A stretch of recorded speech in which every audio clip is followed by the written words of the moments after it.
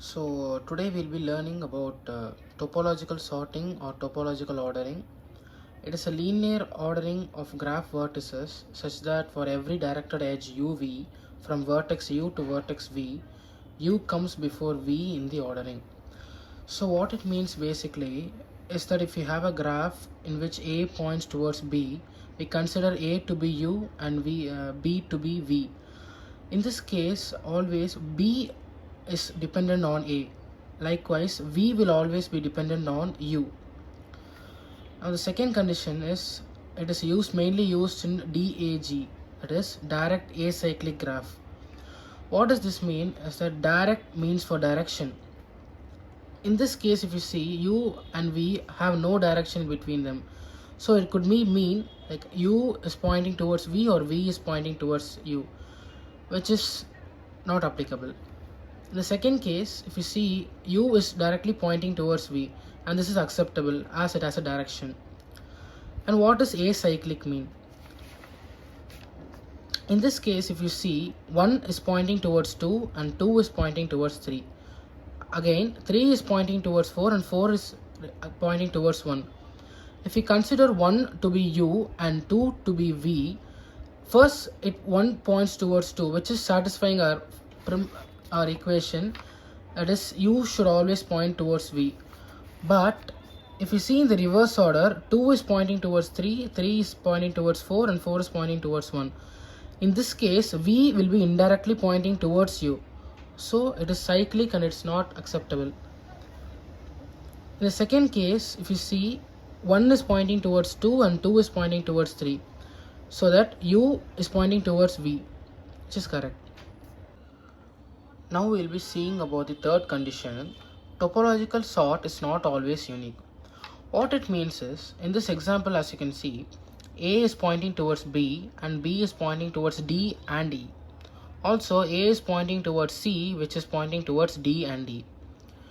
These are the possible solutions you can get depending upon your choice of preference on what you are choosing. That is, if you choose a to b, from there you choose b to d, you may be getting the second equation.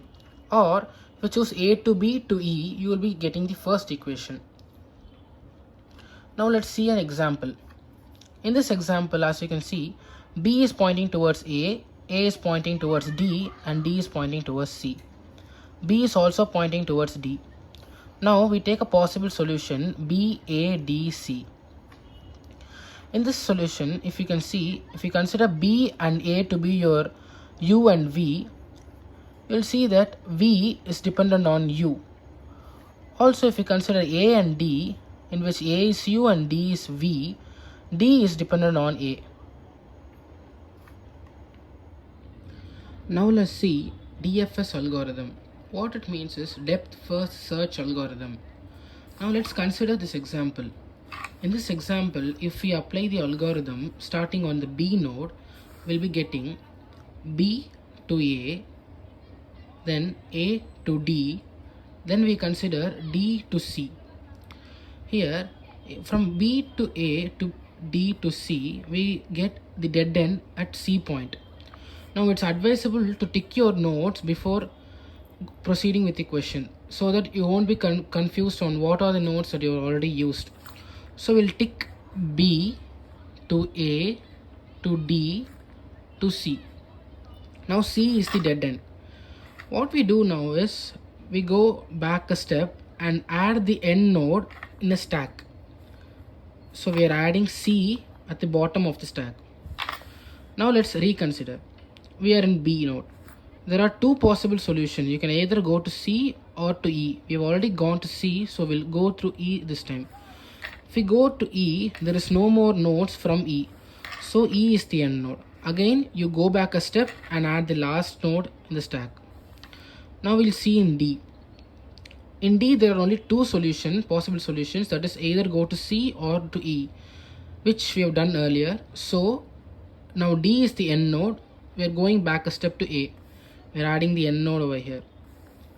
Again, in b to a is the end node, as there is no more nodes a can go to already because it's already gone to d. So a is n. You should add the n in the stack and you get b in the last. Now again B is the end node. As there is no more nodes B can go to, we'll add B over here. Now let's add the same algorithm to point G. In G, if we add, there is two possible solutions for G. Either it can go to B or D. But earlier we have seen B, A, D, C are already used. So the only possible is F. So we go to F. From F, there is one solution to go to E. But E is already used before in this solution. So you can't use E. F is the end. We add F over here in the stack.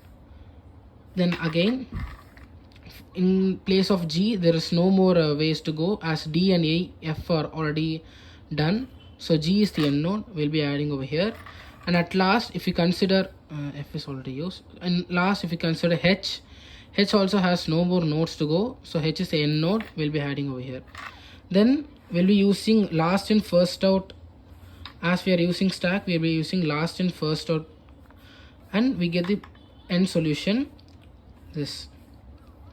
Even in this, if you consider each part, that is if you consider U and V, it satisfies the equation. B is considered to be U and A is considered to be V. So the end solution is satisfied. Thank you.